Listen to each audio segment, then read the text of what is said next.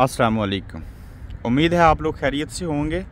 एक तो आप ये लेक देखें, ये बड़ी तारीखी है। जब सड़कें नहीं थी तो उस वक्त इसको कनाल कहते हैं। ये लंदन से स्कॉटलैंड तक जाती है, जिसके ज़रिए सारी तजारत होती थी। तो मेरे साथ एक तजुर्बाकार ओवरसीज़ पाकिस्तानी मौजूद हैं, तो मैंने सोचा आप लोगों से हेलो हाय की जाए। अस्सलाम वालेकुम। जी जी, वालेकुम अस्सलाम। बड़ी नवाजिश आपने टाइम दिया।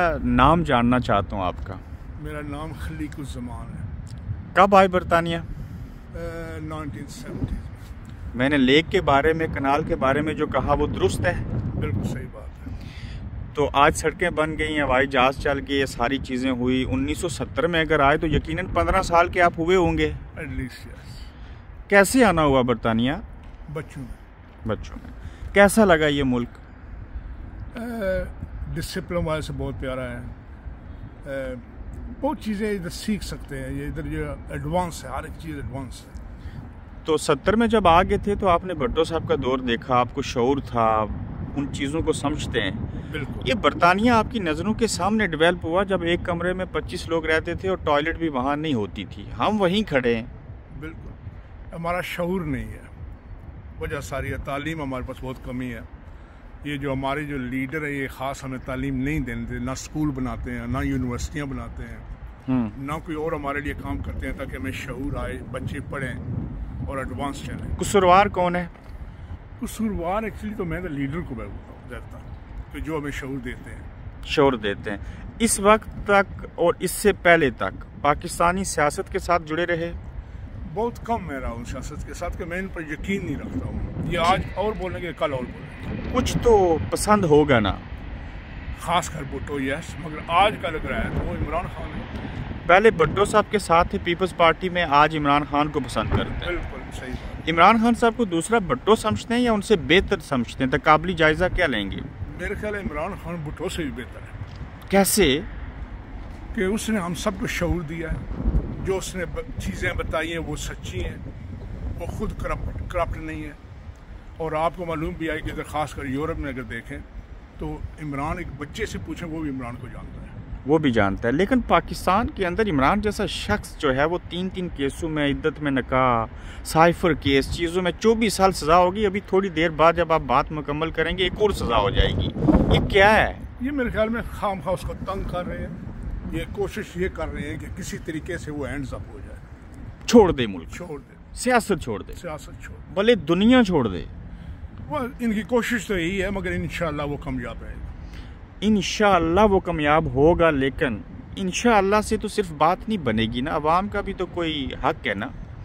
वो कोशिश कर रहे हैं दुनिया। वैसे अगर आजकल अगर देखें तो जिधर जिससे भी पूछेंगे तो वो इमरान खान को बाकायदा सपोर्ट कर। पाकिस्तान किस इलाके से हैं?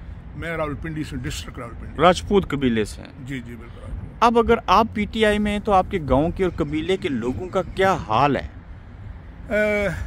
बहुत ज़्यादा सपोर्ट करें इमरान खान को, मगर कोशिश ये है, ज़्यादातर ये पुलिस वाले या दूसरे ये खामखा तंग करते हैं उन्हें। तंग करते हैं? बिल्कुल तंग करते हैं। अवाम डर रहे हैं या नहीं?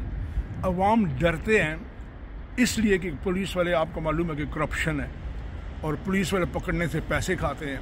वो इसलिए कहते हैं छोड़ो यार, इसको साइड मारो। यहाँ जब आप वोट देने जाते हैं ना कोई डराता है ना कुछ, मर्जी से देते हैं ना? बिल्कुल खुशी से देते हैं। किस बुनियाद पे इंग्लैंड में वोट देते हैं? जमहूरियत के लिहाज से, कि जो भी बोल रहा है वो सच बोल रहा है। तो पाकिस्तान में जमहूरियत को किसने और क्यों न चलने दिया? तो ये जो हमारे जो लीडर है ना, ये खुद पैसे, देखो ना, अभी मिसाल ले लें आप, भुट्टो की देखें, जरदारी को देखें, उसके बाद नवाज शरीफ को देखें, या इनकी फैमिली जो इनकी जो खासकर प्रॉपर्टी है इनकी, आप ये सोच भी नहीं सकते जो इन्होंने पैसा करप्शन करके। अंकल सच बताएं, आपने अपनी कब्र में जाना है, मैंने भी मरना है, मैं और आप किसी और के गुनाह तो नहीं लेंगे। क्या इमरान खान करप्ट है?